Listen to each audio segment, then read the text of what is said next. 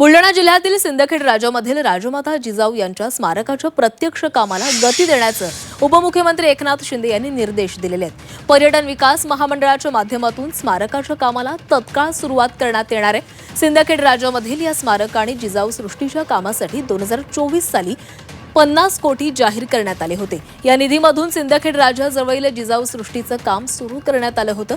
आजवर या कामांसाठी 27 कोटींचा निधी खर्च झाला असून हे काम सध्या प्रगतीपथावर आहे। राजमाता जिजाऊ मासाहेबांचं जे स्मारक आहे त्याला आपण मान्यता दिली होती, परंतु त्या ठिकाणी जिजाऊ सृष्टीचं काम सुरू झालं, परंतु स्मारकाचं काम सुरू नव्हतं।